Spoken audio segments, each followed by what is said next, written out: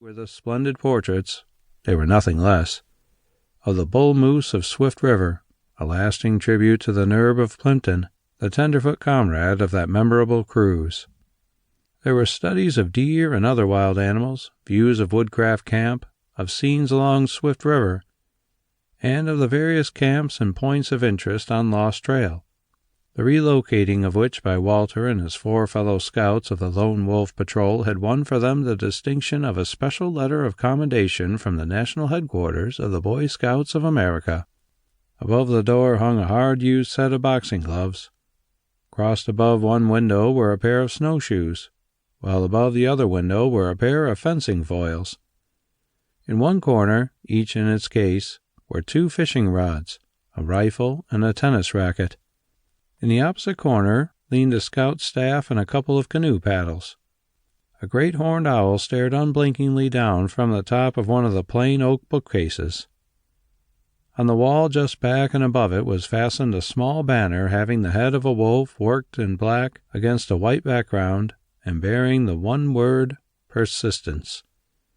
It was a lone wolf banner which had been carried on that never-to-be-forgotten search for Lost Trail. By unanimous vote of the patrol, it had been presented to Upton at the conclusion of the trip in recognition of successful leadership. Several small silver cups in the bookcases and half a dozen medals pinned to a little square of black velvet on one wall attested to the well-won victories in various lines of sport.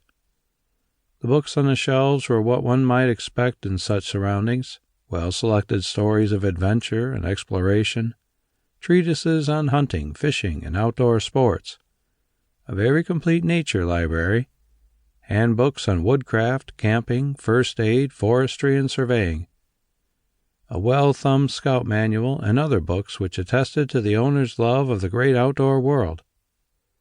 But these were not all. A whole shelf was devoted to history, and another to sections from standard American and English authors, including several of our best-loved poets. Altogether it was a room such as a keen, red-blooded, broad-minded boy might well delight in. Upton did delight in it. Everything in it held some special significance or sentiment for him.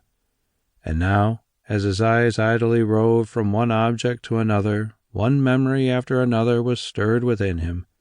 At last his eyes rested on the snowshoes and remained there. "Wonder if I'll get a chance to use those things this winter," he muttered. "Little old New York doesn't know much about that kind of footgear. I suppose Pat has worn out 2 or 3 pairs since he gave me those.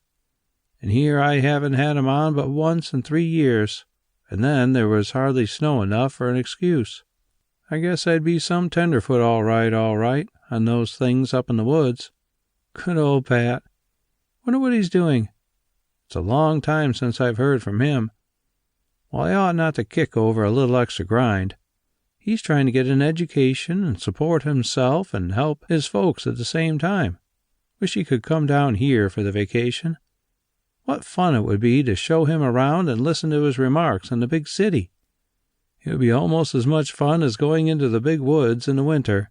Fact is, I envy him right now, and I'll bet he doesn't envy me a penny's worth."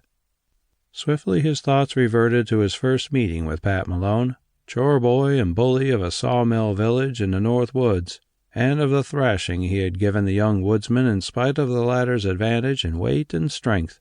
It was all in the know-how. Imagine me try to do it now, he chuckled.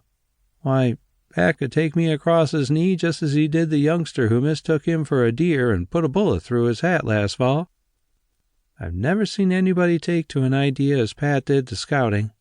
He just soaked it up. It was the principle of the thing that got him right from the start, and not just the fun that goes with it. And just see what it's done for him.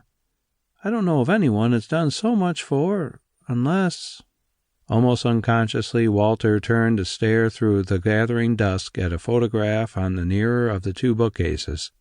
A pair of frank eyes, kindly but keen, looked down at him from a face good to see. The face of a boy of about his own age. It was a handsome face, and the beauty lay not in regularity of features, but in the strength of character and purpose written in every line. It was the face of Hal Harrison, son of a multimillionaire and comrade and fellow scout in the